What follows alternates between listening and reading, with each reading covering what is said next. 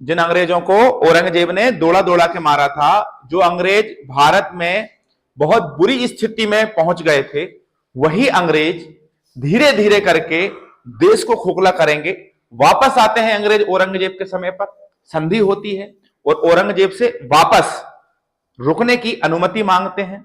अब कहानी समझिए ध्यान से क्या होता है। औरंगजेब के मरने के बाद औरंगजेब ने काफी हद तक अंग्रेजों को दबा के रखा था, लेकिन अब अंग्रेज आएंगे और आज की क्लास में आप देखेंगे कि एक ही क्लास में अंग्रेज व्यापार के साथ साथ भारत की राजनीति क्षेत्र में हस्तक्षेप करेंगे और धीरे धीरे करके दिल्ली की गद्दी पर पहुंच के दिल्ली का जो राजा है, सुल्तान बादशाह, उसको अपना गुलाम बना लेंगे और उसको भीख मांगनी पड़ेगी अंग्रेजों के सामने जीवन जीने के लिए।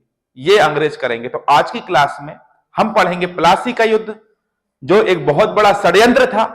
आज की क्लास में हम पढ़ेंगे बक्सर का युद्ध, जिस युद्ध के बाद बंगाल में द्वैध शासन लागू हुआ और बहुत भयंकर तरीके से लूटपाट हुई। इतिहासकार पन्नीकर उस द्वैध शासन के विषय में ये कहते हैं कि यह डाकुओं का राज हुआ। डाकुओं की तरह से अंग्रेजों ने देश को लूटा और पूरा माल सप्लाई किया कहां? इंग्लैंड। है या ना? चलिए तो शुरुआत करते हैं आज की क्लास में। सबसे पहले मैं आपको एक बात बताऊं कि कहानी उस समय की है जब 1700 में भारत पे उस समय औरंगजेब शासन कर रहा था। कौन शासन कर रहा था? औरंगजेब। ठीक है, औरंगजेब का शासन था। औरंगजेब क्या करता है कि बंगाल का एक दीवान नियुक्त कर देता है। किसको? मुर्शीद कुली खान नाम के व्यक्ति को। मुर्शीद कुली खान। अब बंगाल कहां है? मैंने पूरी क्लास आपको मैपिंग से पढ़ाई है और आज भी मैं आपको मैपिंग से ही समझाऊंगा सारी चीजें। तो यहां ध्यान से देखिए भाई, ये आपका भारत है, ठीक है, ये भारत है और भारत में इस क्षेत्र में बंगाल, बिहार, उड़ीसा की हम बात करने वाले हैं। ठीक है, तो यहां पर कहानी ये होती है कि बंगाल जो क्षेत्र है, इस क्षेत्र का दीवान बन गया है मुर्शीद कुली खान 1700। मुर्शीद कुली खान बंगाल का दीवान बन गया। लेकिन 1707 में जब औरंगजेब की डेथ होती है, उसके बाद अन्य शासक गद्दी पर आते हैं, उसी क्रम में एक व्यक्ति आता है जिसका नाम है फर्रुखसियर। तो 1717 में गद्दी पर कौन बैठता है? फर्रुखसियर। ठीक है, फर्रुखसियर। अब फर्रुखसियर जब गद्दी पर बैठता है दिल्ली की, औरंगजेब की मृत्यु के बाद में मुअज्जम आजम कामबख्श आए, उसके बाद फिर बहादुर शाह, जैसे हमने बोला, फिर कई शासक आए, मोहम्मद शाह रंगीला आए, रफीउद्दर्जात, रफीउद्दौला। ठीक है, तो इसी क्रम जब फर्रुखसियर गद्दी पर बैठता है 1717 में, तो फर्रुखसियर इस मुर्शीद कुली खान को बंगाल का सूबेदार बना देता है। क्या बना देता है? सूबेदार। सूबेदार एक बहुत बड़ा पद है। इसका मतलब आप समझ सकते हो कि उस क्षेत्र विशेष का राजा बना देता है सूबेदार। कौन? फर्रुखसियर। अब जब फर्रुखसियर ने ऐसे सूबेदार बनाया तो आगे चल के मुर्शीद कुली खान अपने आप को बंगाल का स्वतंत्र शासक घोषित कर देता है। क्या घोषित कर देता है? स्वतंत्र शासक, कि भाई मैं स्वतंत्र हूं। और ये मुर्शीद कुली खान जब खुद को स्वतंत्र शासक घोषित कर देता है, तो फर्रुखसियर के बाद, फर्रुखसियर की मौत हो जाती है आगे चल के, तो इसकी मौत के बाद अन्य शासक भी आए और फर्रुखसियर खुद ने भी इसका विद्रोह करना चाहा था, लेकिन उस विद्रोह को आराम से, अब देखो दिल्ली से बंगाल जाके छोटे से इलाके के लिए लड़ना दिल्ली के बादशाहों के लिए बड़ी बात थी और ये बहुत कमजोर थे, लड़ाई बड़ाई से बहुत दूर रहते थे ये लोग। इनके समय पर कोई बड़े युद्ध नहीं हुए। तो ये मुर्शीद कुली खान जो है खुद को स्वतंत्र शासक घोषित कर देता है कि मैं अब यहां का शासक हूं और मैं किसी के नीचे नहीं हूं, ना ही फर्रुखसियर और ना ही कोई मुगल बादशाह। तो फर्रुखसियर आगे चल के, भाई देखो राजधानी जो रही थी उस समय, वो राजधानी रही थी बंगाल की ढाका। ठीक है, अब बात इतनी है कि ये वाला जो क्षेत्र वर्तमान में जैसे आप बांग्लादेश कहते हैं, वो भी किसके हिस्से में आता है? भारत के। बांग्लादेश भी भारत का ही हिस्सा था, तो ये हिस्सा भी भारत के ही पास था, बांग्लादेश। तो बांग्लादेश की राजधानी वर्तमान में जो ढाका है, स्वतंत्र राजधानी ढाका, ढाका से स्थानांतरित करके मुर्शिदाबाद, कहां ले जाता है? मुर्शिदाबाद। ठीक है, तो ध्यान रखिएगा, मुर्शीद कुली खान ने ही बंगाल बसाया। किसने बसाया? बंगाल। बंगाल किसने बसाया? मुर्शीद कुली खान। और ढाका से राजधानी कहां ले गया? मुर्शिदाबाद। कहां ले गया? मुर्शिदाबाद। अब इस प्रकार से ये शासन करता है राजधानी कहां ले जाता है? अब मुर्शिदाबाद राजधानी ले जाने के बाद कहानी ये होती है दोस्तों कि ये मुर्शिदाबाद की गद्दी पर आगे चल के किसका? मुर्शीद कुली खान का दामाद, जिसका नाम होता है सुजाउद्दीन। क्या नाम होता है? सुजाउद्दीन गद्दी पर बैठता है। और सुजाउद्दीन दो काम करता है, जिसमें एक काम वो करता है कि ये बिहार को जीत लेता है। किसे जीत लेता है? ये वाले क्षेत्र को भी जीत लेता है, बिहार को। कौन? Very good. अब सुजाउद्दीन ने बिहार जीत लिया और दूसरा ये काम करता है कि अपना एक सेनापति नियुक्त करता है, जिसका नाम होता है अली वर्दी खान। क्या नाम होता है? अली। मैं बहुत शॉर्ट पढ़ा रहा हूं इस क्लास में आपको, क्योंकि जो सिलेक्टेड और ओरिएंटेड टॉपिक्स हैं आपके, वो जो सिलेक्टेड क्वेश्चंस हैं वो यहां से निकल कर आएंगे और वो क्वेश्चंस एक भी नहीं छूटेगा। लेकिन मैं बहुत बड़ी रामायण में फंसा के और आपको परेशान कर दूं, क्योंकि ये कंफ्यूजन वाला टॉपिक है। ठीक है, तो इसको बिल्कुल ध्यान से समझिए। सेनापति कौन है सुजाउद्दीन का? अली वर्दी खान। तो 1727 में सुजाउद्दीन गद्दी पर बैठता है। 1727 में बंगाल की गद्दी पर कौन बैठता है? सुजाउद्दीन। 1727 में मुर्शीद कुली खान, जिसने बंगाल बसाया, उसकी डेथ हो गई। 1727 में ये गद्दी पर बैठ जाता है। जब सुजाउद्दीन गद्दी पर बैठ जाता है तो 1727 से लेकर 1739 तक ये शासन करता है।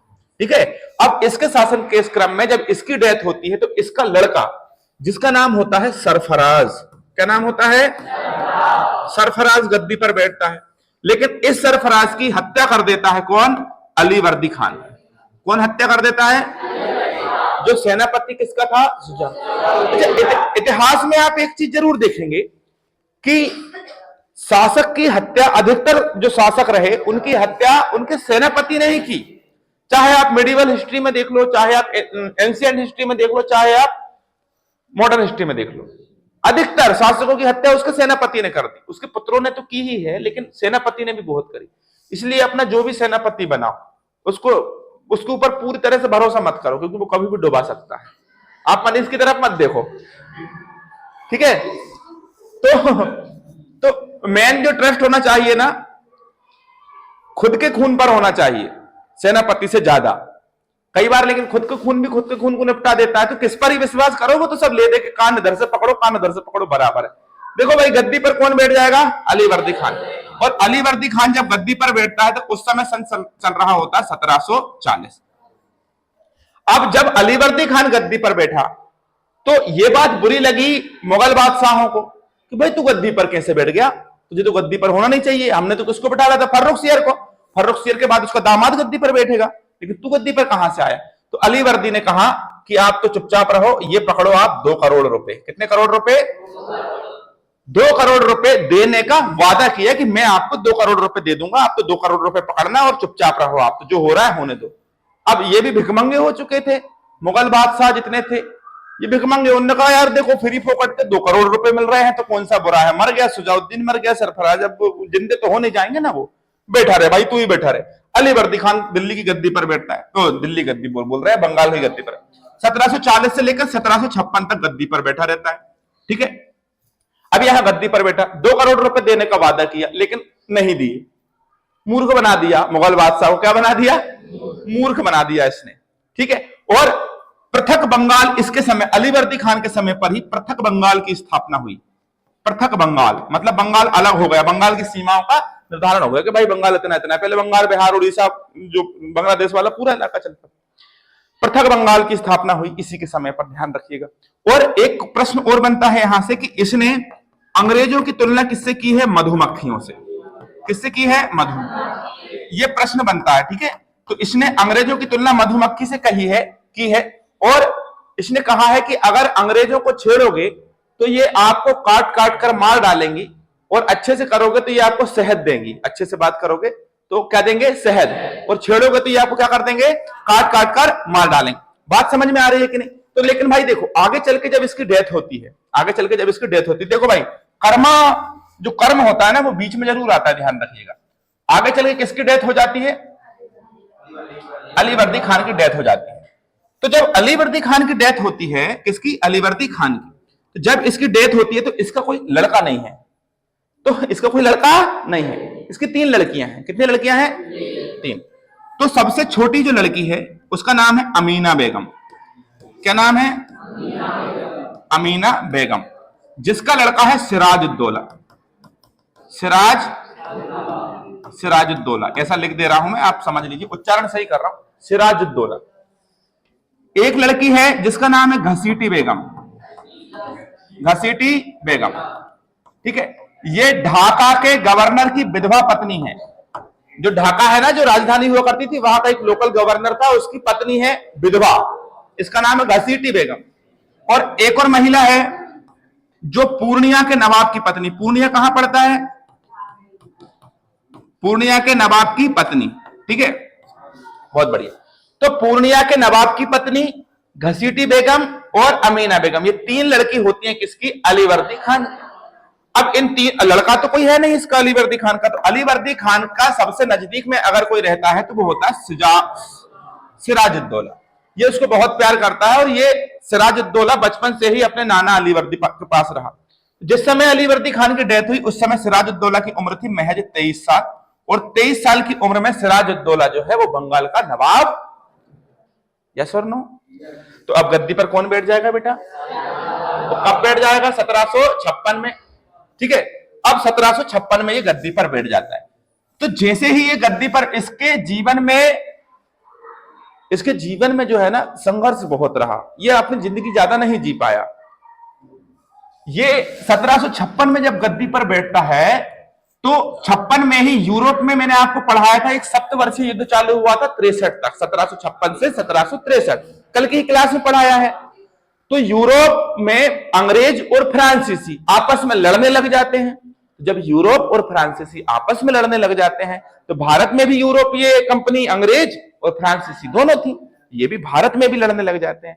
तो भारत में जब अंग्रेज और फ्रांसीसी लड़ते हैं तो इनके जो किले होते हैं उन किलों को ये दुर्गीकृत करना चालू कर देते हैं, मतलब उस किले का क्षेत्रफल बढ़ाना चालू कर देते हैं। तो जब क्षेत्रफल बढ़ाना चालू करते हैं तो बंगाल में अतिक्रमण ज्यादा होने लगता है। तो इस बात को मना कर देता है कौन? सिराजुद्दौला, कि अपनी लिमिट में रहो। अंग्रेजों से बोलता है कि तुम अपनी लिमिट में रहो, अगर तुम आगे बढ़ोगे तो फिर मुझे आगे बढ़ना पड़ेगा। तो मना कर देता है कि आप किले को दुर्गीकृत मत कीजिए। तो फ्रांसीसी तो मान जाते हैं, और फ्रांसीसी के संबंध इन लोगों से अच्छे रहे थे शुरू से ही, ठीक है। तो फ्रांसीसी तो मान गए, लेकिन अंग्रेज नहीं माने। फ्रांसीसी मान गए, अंग्रेज नहीं माने। अंग्रेजों ने अपने किले को दुर्गीकृत करना जारी रखा, अतिक्रमण करना जारी रखा, जो खाली जगह है उन पर कब्जा करना जारी रखा। तो इस बात से गुस्सा होकर ये सिराजुद्दौला क्या करता है, अंग्रेजों का ये जो किला होता है फोर्ट विलियम, कौन सा किला होता है? Fort William. ध्यान रखिए, मैंने आपको कल की क्लास में एक बात बोली थी और एक टॉपिक पढ़ाया था कि जो बंगाल का सूबेदार होता है अजीम उस्सान, उससे सूतीनत्ता, कालीकोटा और गोविंदपुरा लेकर जॉब चारना कलकत्ता शहर की स्थापना करता है, जो भारत की राजधानी रही 1911 तक, ठीक है। वहीं कलकत्ता में ही एक फोर्ट विलियम नाम का किले का निर्माण होता है। और फोर्ट विलियम कौन है? विलियम उस समय के वहां इंग्लैंड के प्रधानमंत्री, राष्ट्रपति रहे थे, मतलब किंग रहे थे, तो उनके सम्मान में उस किले का। तो फोर्ट विलियम कलकत्ते में एक किला है और इस किले के ऊपर अटैक करता है कौन? सिराजुद्दौला। कौन करता है? सिराजुद्दौला। अच्छा, अब सिराजुद्दौला जब फोर्ट विलियम पर अटैक करता है तो इसको घेर लेता है और फिर लड़ाइयां चालू होती हैं, फिर लड़ाई लड़ाई लड़ाई। तो अंग्रेज लोग इसको सिराजुद्दौला को कुछ भली भांति कह देते हैं, कुछ बोल देते हैं, सिराजुद्दौला को गाली बक देते हैं, मां की गाली बक देते हैं। सिराजुद्दौला को गुस्सा आ जाता है। वहां जितने छावनी में अंग्रेज सिपाही बैठे हुए थे सबको, 146 अंग्रेजों को पकड़ता है सिराजुद्दौला। पहले तो मारता दिल से, लात घूंसे बरसाता है भयंकर। और 18 बाई 14, 18 फीट लंबाई और 14 फीट चौड़ाई की एक काल कोठरी रहती है जहां पर सूर्य की रोशनी भी नहीं जाती। काल कोठरी, बंद एक गुफा टाइप का। 18 मतलब 18 फीट कितना होता है यार? इतना लंबा और कितना, वो जो वैष्णवी बैठी वहां से इतना चौड़ा, मतलब इतने से एरिए में 146 अंग्रेजों को ठूस ठूस के भर देता है। 146 अंग्रेज एक के ऊपर एक गचागच, बहुत बुरी स्थिति बनती है। और काल कोठरी मतलब वहां गुप्त अंधेरा, कोई रोशनी नहीं। तो यह घटना होती है 20 जून 1756 की। कब की होती है? अब 146 अंग्रेज, कितने अंग्रेज? काल कोठरी में बंद हो गए। जब बाहर निकाला गया तो कितने बचे? 23 बचे। और उन 23 लोगों में एक व्यक्ति बचा जिसका नाम था हॉलवेल। क्या नाम था? हॉलवेल। अब हॉलवेल बचा। हॉलवेल ने भागते भूतते बोला क्लाइव से कि वो सिराजुद्दौला बहुत पागल व्यक्ति है, बहुत पागल व्यक्ति, उसने हमको 146 अंग्रेजों को बंद कर दिया था, सब मर गए, 23 ही बचे। अब भाई सूर्य की रोशनी मिल रही है क्या? और तुम साइंस पढ़ रहे हो, तुमको ये पता है कि जहां पर ज्यादा लोग रहते हैं वहां पर ऑक्सीजन की कमी और कार्बन डाइऑक्साइड की अधिकता हो जाती है, तो टेम्परेचर भी बढ़ गया, टेम्परेचर के साथ ऑक्सीजन की भी कमी हुई। और 3 दिन तक, कितने दिन तक? 23 जून के दिन निकाला था इन्हें वापस। कितने जून के दिन? हाँ, 23 जून के दिन इन्हें वापस निकाला। बाप रे, 23 अंग्रेज शेष बचे। ये हॉलवेल ने बोला क्लाइव से कि भाई जल्दी आओ, मारो इनको। क्लाइव मद्रास में बैठा था उस टाइम, मद्रास से उसने सेना भेजी क्लाइव ने। युद्ध हुआ।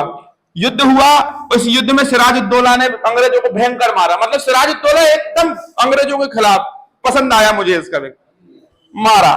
संधि हो गई। कौन सी संधि? अंग्रेज लोग बड़े चालू थे। अंग्रेज लोगों को लगता था कि हम हारने लगे हैं, पिटने की बारी आ गई है, तो हाथ पैर जोड़ लिए, माफी मांग ली, संधि कर ली, जुर्माना भर दिया, वापस रुक गए। अलीनगर की संधि हो गई, जो कि बहुत बड़ी गलती थी। कौन सी संधि हुई? अलीनगर की संधि हुई।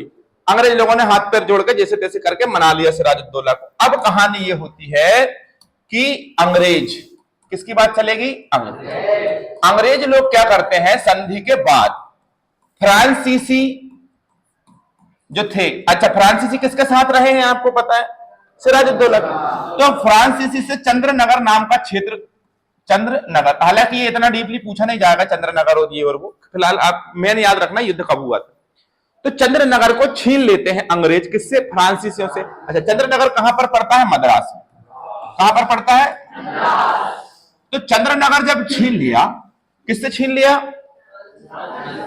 किससे छीन लिया? तो फ्रांसीसी गए सिराजुद्दौला के बाद, देखो आपने तो संधि हुई थी और अंग्रेजों ने कहा था कि हम शांति से रहेंगे, हम ऐसा कोई काम नहीं करेंगे, दुर्गीकृत नहीं करेंगे, अतिक्रमण नहीं करेंगे, देखो उन्होंने हमसे चंद्रनगर छीन लिया, ये और वो।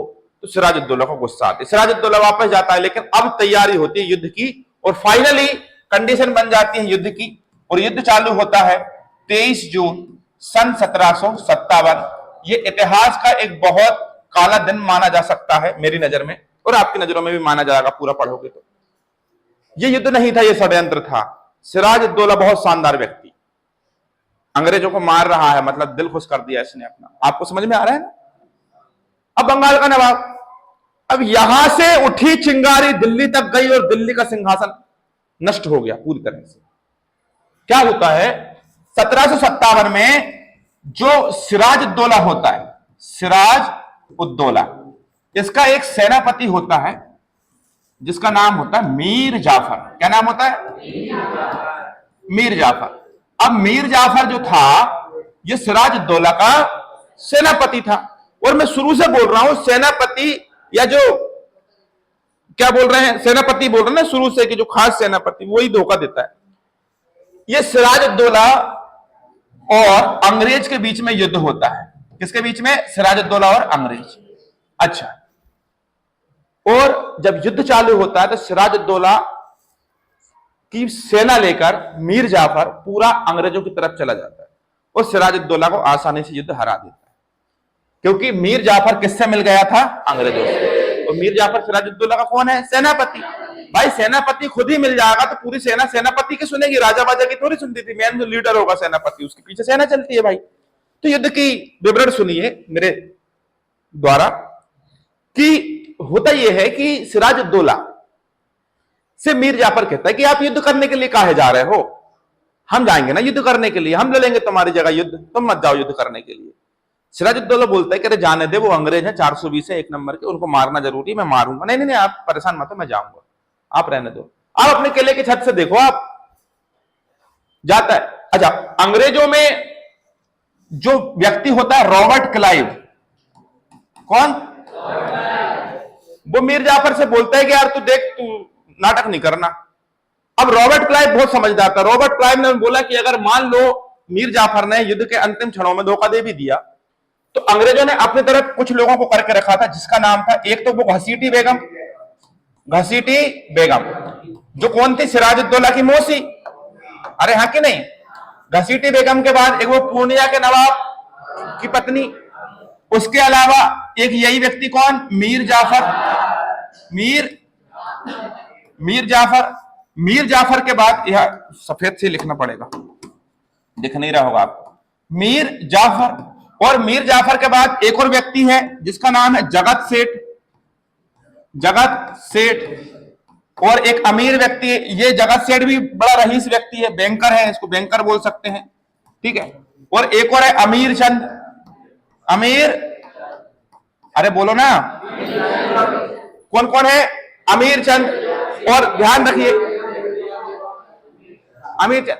और एक व्यक्ति और है जिसका नाम है दीवान राय दुर्लभ। क्या नाम है? राय दुर्लभ।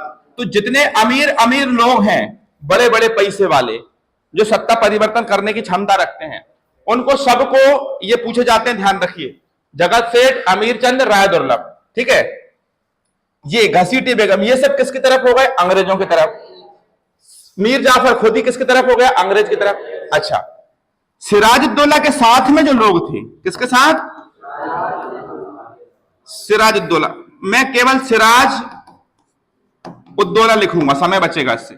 सिराज उद्दौला के साथ जो लोग थे, उन लोगों में एक व्यक्ति कौन था? मीर मदान। एक था मोहनलाल, ये इसके मित्र थे बहुत अच्छे, किसके? सिराज के। और फ्रांसीसी लोग थे। कौन थे? फ्रांसीसी। भैया जब युद्ध होता है तो बहुत भयंकर युद्ध होता है, और इस युद्ध में कोई मरता ही नहीं है। मतलब कुछ लोग मर जाते हैं, जैसे इनको मारा जाता है, ये जो किसकी तरफ से लड़ रहे थे? सिराज। इसको मार दिया फ्रांसीसी से, इनकी फोकट में ही बलि चली गई, बलि दे दी गई इनकी। और गद्दी पर बैठ जाता है कौन? मीर जाफर। और इसको बिठाने वाले कौन थे? अंग्रेज। कौन थे? अब सिराजुद्दौला को बहुत बड़ा झटका लगता है, और झटका लगता है किसको? सिराजुद्दौला को। और सिराजुद्दौला युद्ध के मैदान से भागकर मुर्शिदाबाद चला जाता है। कहां चला जाता है? रायहाट। जहां ये जो मीर जाफर होता है, इसका सेनापति, ये हत्या करवा देता है किसकी? सिराजुद्दौला। और बेचारा सिराजुद्दौला का अंत हो जाता है कब? 1757 में। 24 साल की उम्र में एक लड़का मारा गया, जिसने अंग्रेजों को मुंह तोड़ जवाब दिया था, मतलब एक सशक्त शासन। अब गद्दी पर कौन बैठ जाएगा? मीर जाफर। इसे, ये जो सत्ता परिवर्तन हुआ, ये सत्ता परिवर्तन इतिहास में अंग्रेजों की सबसे बड़ी जीत थी। अगर इस युद्ध में अंग्रेज हार जाते ना, तो जिंदगी में कभी अंग्रेज भारत पर शासन नहीं कर पाते। सिराजुद्दौला ने काम लगा दिया। और सिराजुद्दौला युद्ध जीत भी रहा है, क्योंकि उसकी बहुत बड़ी आर्मी थी अपनी सिराजुद्दौला की। लेकिन मीर जाफर, इसे कहते हैं षड्यंत्रकारी, और इसने भारत में फिर अंग्रेजों ने जो शासन किया, सबसे बड़ा जो गद्दार है वो कौन है? मीर जाफर। इसने किसके साथ मिल गया? ये अंग्रेजों के साथ। बहुत गंदा व्यक्ति, समझ में आया ये। अब देखना, आप कंडीशन बिगड़ी। कंडीशन क्या बिगड़ी? गद्दी पर कौन बैठेगा? मीर जाफर। अच्छा, गद्दी पर कब बैठेगा ये? 1757 से कब तक बैठा रहेगा? 1760। अब गद्दी पर 1760 तक बैठा। 2,34,000 पौंड वहां इनकी मुद्रा, अंग्रेजों की मुद्रा मीर जाफर के द्वारा दी जाती है अंग्रेजों को नजराने के रूप में कि ये रखो। तो कई सारे वादे किए जाते हैं अंग्रेजों से। अब देखो, कठपुतली नवाब बना लिया अंग्रेजों ने। अंग्रेज तो बोलेंगे ना जाफर से कि साले देखो जो जिताने वाले कौन है? हम। अंग्रेजों ने ही तो जिताया है मीर जाफर को। तो भले तू नवाब बन गया, लेकिन जिताने वाले तुझे हम हैं, और तुझे हम खत्म भी कर सकते हैं। तू बैठ जा, जैसा हम बोलेंगे वैसा कर। कठपुतली नवाब। तो बंगाल क्षेत्र सीधा सीधा किसके पास चला गया? अंग्रेजों। अब अंग्रेज कोई टैक्स, कोई चुंगी नहीं देंगे। दस्तक उस समय दिया जाता था, वो भी नहीं देंगे। कौन? अंग्रेज। इस तरह से बंगाल का कठपुतली नवाब बन गया कौन? मीर जाफर। अब अंग्रेज इससे हर वर्ष पैसे लेंगे, करोड़ों रुपए लेते हैं। लेकिन अब ये पैसे कहां से देगा? ये वहां की जनता से नोचेगा, जनता को परेशान करेगा, बेचारी जनता परेशान होगी। लेकिन फिर भी ये अंग्रेजों को उतना पैसा नहीं दे पाता। तो सन 1757 से 1760 के बीच में क्या कहानी होगी? इसको 60 में हटा दिया जाता है। क्या कर दिया जाता है? और इसके दामाद, जिसका नाम क्या है? मीर कासिम। क्या नाम है? यह व्यक्ति भी बड़ा शानदार व्यक्ति है। मीर कासिम को बंगाल का क्या बना दिया जाता है? नवाब। अरे बोलो भाई, क्या बना दिया जाएगा? बंगाल का नवाब बना दिया जाएगा। अब यहां पर कहानी को बिल्कुल ध्यान से समझिएगा। बंगाल का नवाब कौन बन गया है? 1760 में बंगाल का नवाब बन गया है मीर कासिम। कौन बन गया? और मीर कासिम जब बंगाल का नवाब बन जाएगा तो ये बहुत शानदार काम करता है। ये व्यक्ति, यहां ध्यान से देखिए, यहां मानचित्र बना देते हैं। ये क्या करेगा मीर कासिम? ये जो मुर्शिदाबाद राजधानी है, मुर्शिदाबाद नाम की जगह कहां पर है? बंगाल में। तो राजधानी बंगाल के भी क्या है? मुर्शिदाबाद। लेकिन अब मुर्शिदाबाद से राजधानी को हटाकर मुंगेर कर लिया जाएगा। इनको जाके बोलना, कहना भाई बगल में भी क्लास चल रही है, कैसे मतलब? बिहार। क्या बोलोगे? मुंगेर। तो मुंगेर नाम की जगह बिहार में है। तो राजधानी मुर्शिदाबाद से राजधानी मुंगेर कर ली जाती है। किसके द्वारा? मीर कासिम। पहली चीज। दूसरी चीज, मीर कासिम को बहुत अच्छे से पता था कि ये अंग्रेज हैं और ये अंग्रेज देश को नोच रहे हैं, बहुत कमीने हैं, इनको देश से भगाना जरूरी है और इनसे युद्ध करना पड़ेगा। इनसे युद्ध करने के लिए हमें बंदूकों की आवश्यकता है, क्योंकि अंग्रेज बंदूक चलाते थे और भारत में उस समय बंदूकों के कारखाने नहीं थे, बंदूकें बाहर से। तो मीर कासिम इनकी अंग्रेजों की छावनी में जाकर बंदूक बनाने की कला सीखता है और मुंगेर बिहार में जाकर एक विशेष प्रकार के बैरक का निर्माण करता है।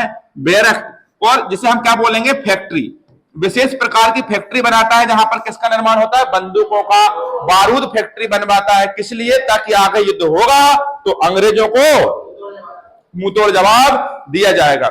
मुर्शिद कुली खान और जो हिंदू व्यापारी थे, कौन थे? जो हिंदू व्यापारी थे, हिंदू व्यापारियों को ये टैक्स फ्री कर दिया कि भाई हिंदुओं को बिल्कुल किसी प्रकार से कोई क्या करो, टैक्स नहीं देना है। तो ये एक प्रकार से कह सकते हैं कि ठीक व्यक्ति था। ठीक है, तो चोरी चोरी ये बंदूकों को निर्माण करवा रहा था अंग्रेजों से छुप छुप के। देखो भाई, मुर्शिदाबाद बंगाल में है और बंगाल ही अंग्रेजों का मेन गढ़ था, तो अंग्रेजों के गढ़ से दूर जाना पड़ेगा। तो चोरी चोरी बहुत सारी बंदूकों का निर्माण करा रहा है, बारूद का निर्माण करा रहा है 1763 में। लेकिन इसके साथ एक घटना हो जाती है, इसे प्रेम हो जाता है। इसे क्या हो जाता है? इसे प्रेम हो जाता है। इससे हेक्टर मुनरो की बहन से। अब हेक्टर मुनरो कौन है? हेक्टर मुनरो की बहन। उस समय हेक्टर मुनरो सेनापति है अंग्रेजों का, chief of commander general Hector Munro की बहन जैसे ही मीर कासिम को देखती है तो मीर कासिम को देखकर बढ़िया एकदम आहा बातें चालू होती हैं। तो मीर कासिम तो ठहरा हिंदुस्तानी, इसको कहां इतनी अंग्रेजी आती। तो ये वो कुछ भी बोलती थी कि आई लाइक यू, या तो मतलब वो कुछ भी इंग्लिश बोले ये आया। तो फिर इसने एक ट्रांसलेटर रखा बीच में कि भाई वो जो भी बोले तुम मुझे बता और मैं जो बोलूं तो उसको बता। बढ़िया। तो एक रेस्टोरेंट में बढ़िया फिर ये चाय आए पीने के लिए गए। तो उस रेस्टोरेंट में एक सेनापति था हेक्टर मुनरो का, जिसका नाम क्या है? एलिस सेनापति। मतलब सेनापति मतलब एक सिपाही कह सकते हो आप। तो एलिस ने इनको चाय पीते हुए पकड़ लिया कि अरे ये हमारे सेनापति की बहन के साथ बैठकर गप्पे लड़ा रहा है, मतलब ये तो भाई गड़बड़ है मामला। एलिस ने बोला who are you? Mir Qasim बोले ट्रांसलेटर से पूछना, रे क्या बोल रहा है ये? बोल रहा है तुम कौन हो? तो ये बोलता है तुम्हारे जीजा। कौन? मीर कासिम बोलता है एलिस से कि तुम्हारा जीजा है। बोल दे रे इसको। भाई सेनापति तो अंग्रेज सिपाही से उलझ जाता है। कौन? निकालता है बंदूक, तो बना ही चुका था, धड़ एलिस को वहीं खत्म कर देता। ये घटना होती। तो जब मीर कासिम गद्दी पर बैठा था ना, तो इसे रक्तहीन क्रांति का सत्ता परिवर्तन कहा था। रक्तहीन क्रांति मतलब बिना रक्त बहाए सत्ता का परिवर्तन हो गया पहली बार अंग्रेजों के द्वारा। इसे सत्ता परिवर्तन, रक्तहीन क्रांति कहा था। क्वेश्चन आता है इतिहास में, रक्तहीन क्रांति के नाम से किसे जाना जाता है, जब मीर कासिम गद्दी पर बैठता है मीर जाफर की जगह। मार दिया अंग्रेज लोगों ने, फिर बात इसके बारे में पूरा खुफिया एजेंसी के द्वारा पता हो रहा है, ये तो काम लगाने के लिए तो लाया भाई, ये बंदूकें बनाना, ये करा रहा, हटाओ इसको गद्दी से, और वापस किसको ले आओ, इसके साथ वापस गद्दी पर कौन आ गया, 1763 में वापस गद्दी पर कौन आया, मीर जाफर, इसका ससुर गद्दी पर वापस बैठ गया आकर। अब मीर जाफर गद्दी पर, मीर कासिम को बोलो चलो तुमको तो खत्म करूंगा, रुक जाओ। मीर कासिम जाता है, खुद तो मरेगा साला, आप खचरा इन लोगों को भी मरवा दे, दिल्ली जाता सीधा। और दिल्ली के सुल्तान उस समय कौन होते हैं, शाह आलम द्वितीय। कौन होते हैं, शाह आलम द्वितीय।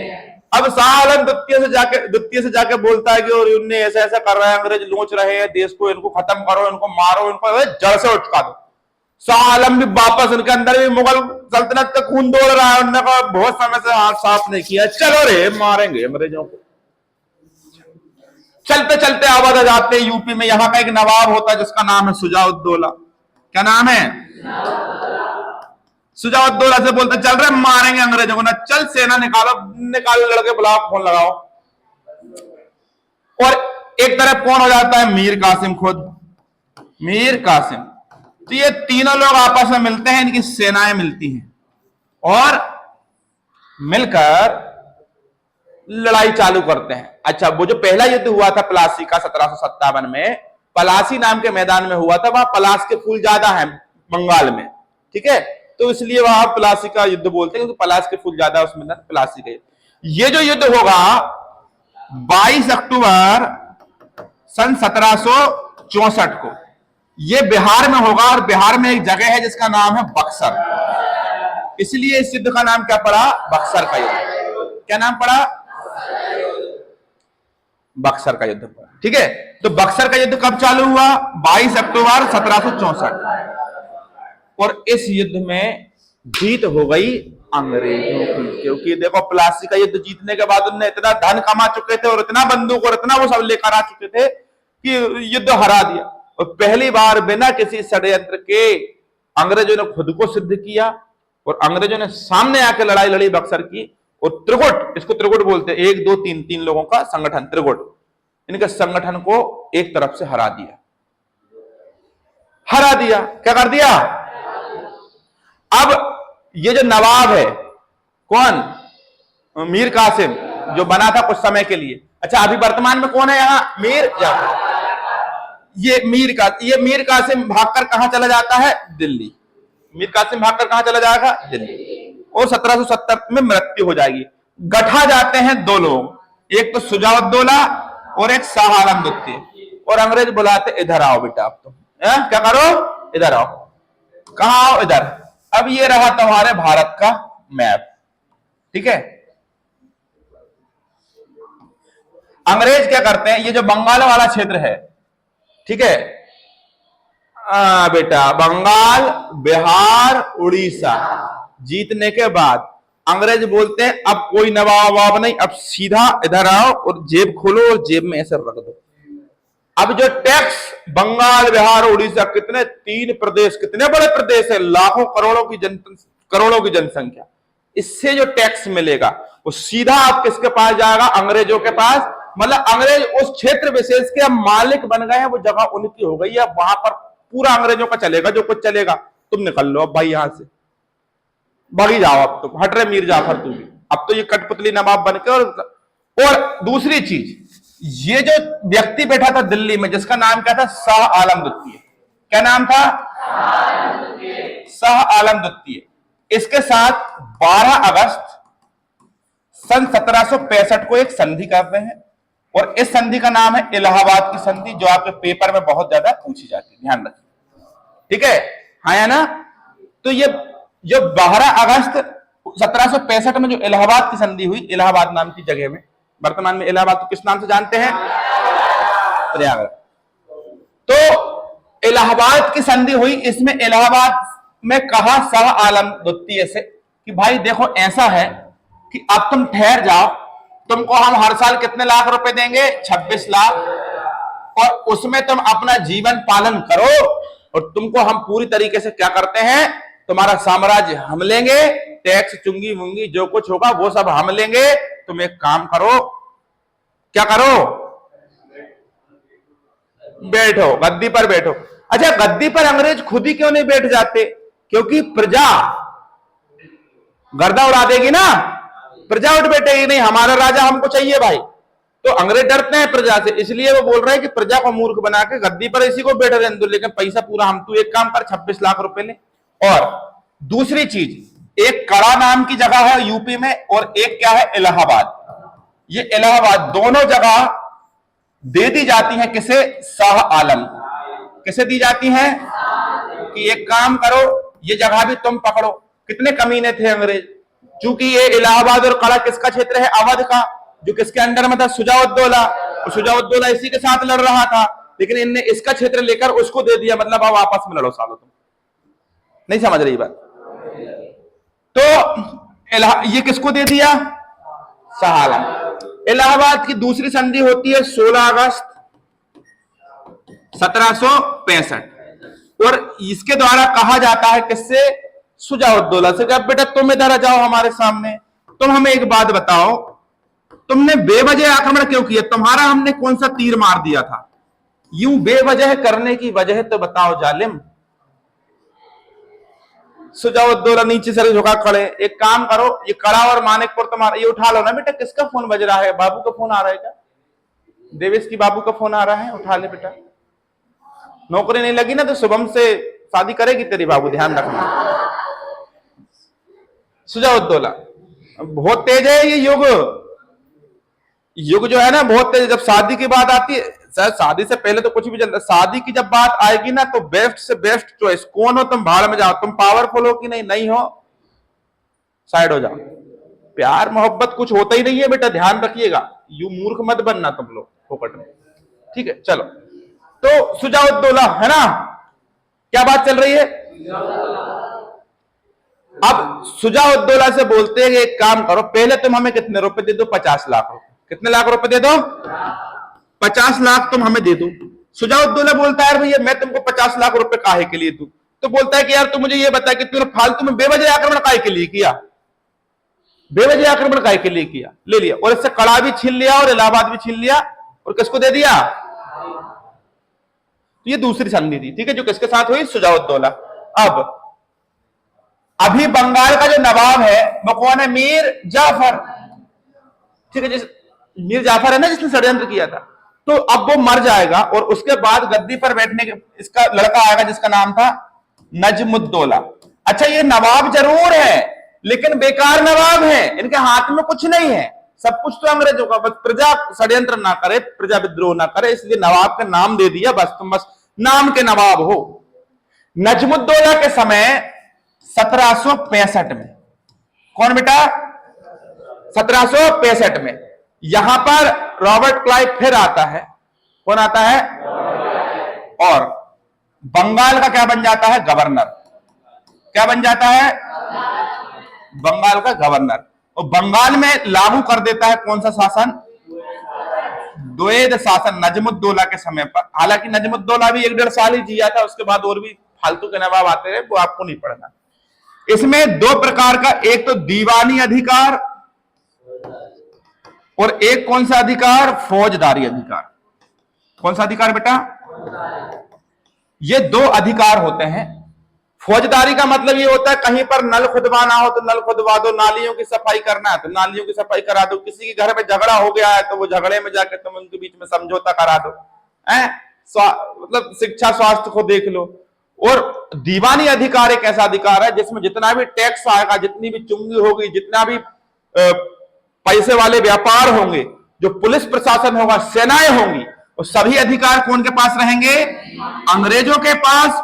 पैसे से संबंधित, प्रशासन से संबंधित, सेना से संबंधित, और जो फालतू के छोटे मोटे नाली साफ कराना, ये सब राज्य व्यवस्था देखना, ये फौजदारी अधिकार किसके पास रहेंगे, नवाब। और ये बहुत खतरनाक तरीके से फिर लूटपाट हुई द्वैध शासन के तहत, और बंगाल की जनता को दबा के लूटा गया। एक इतिहासकार है जिसका नाम है पन्नीकर, पन्नी बीनने वाले नहीं है ये इतिहासकार, इनका नाम क्या है, पन्नीकर। इन्होंने कहा है कि द्वैध शासन जो है वो डाकुओं का राज है। डाकुओं का राज इतिहास में किसे कहा गया है? द्वैध शासन। किसने कहा है? पन्नीकर। और इस प्रकार दिल्ली पर भी किसका कंट्रोल हो जाता है? अंग्रेजों का। क्योंकि भाई अब लाओ तुम 26 लाख पकड़ो, जो तुम हम चाहेंगे वो तुम करोगे। बंगाल भी किसका? अंग्रेजों का। दिल्ली भी किसका? अंग्रेजों का। और वास्तविक शक्ति अब भारत में कौन बन गई है? अंग्रेज। अब जो नवाब थे, जो मुगल बादशाह थे, शुरू से जिनकी हुकूमत चली आ रही थी, वो सब हटके अब हुकूमत किसकी चलेगी? अंग्रेज। तो फिलहाल के लिए इतना काफी है। अब कल पढ़ेंगे Tipu Sultan. Thank you so much.